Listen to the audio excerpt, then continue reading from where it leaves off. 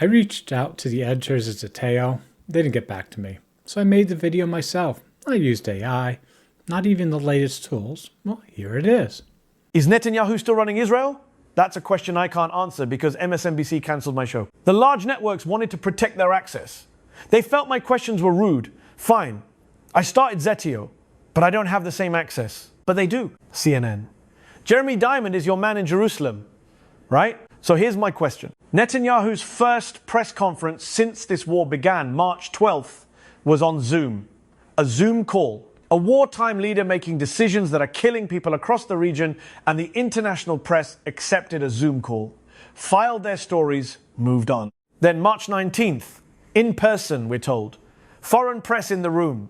And yet the questions didn't stop. Every time Netanyahu appears on camera, many look at the footage and say, that doesn't look real. That is a press access problem. That is your problem to solve. Not with a Zoom call, not with a pool photo, not with a press conference. Netanyahu controls entirely. Who is signing off on the strikes in Lebanon?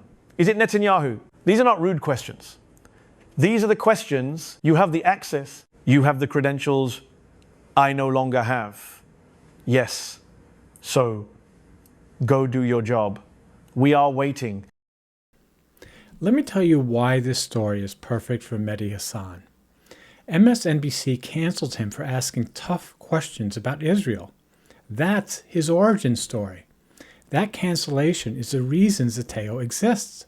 It's the reason his audience follows him.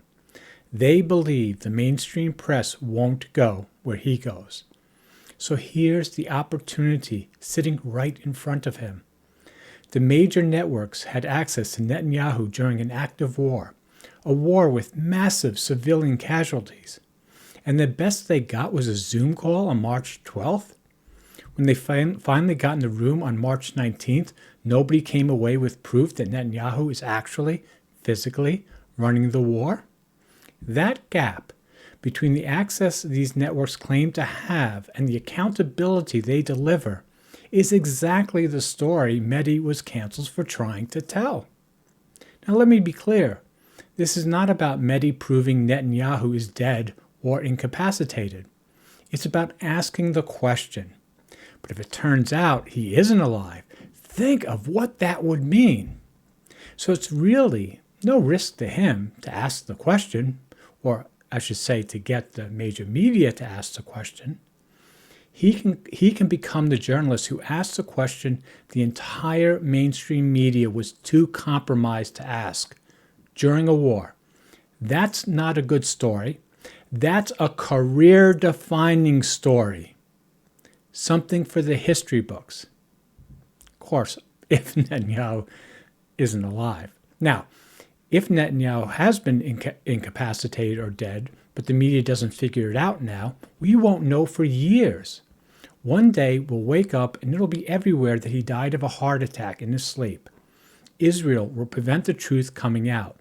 The media will move on to other stories.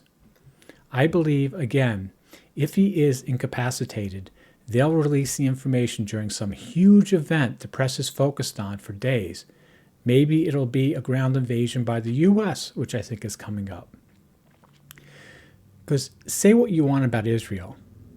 No one knows how to manage the media better than them.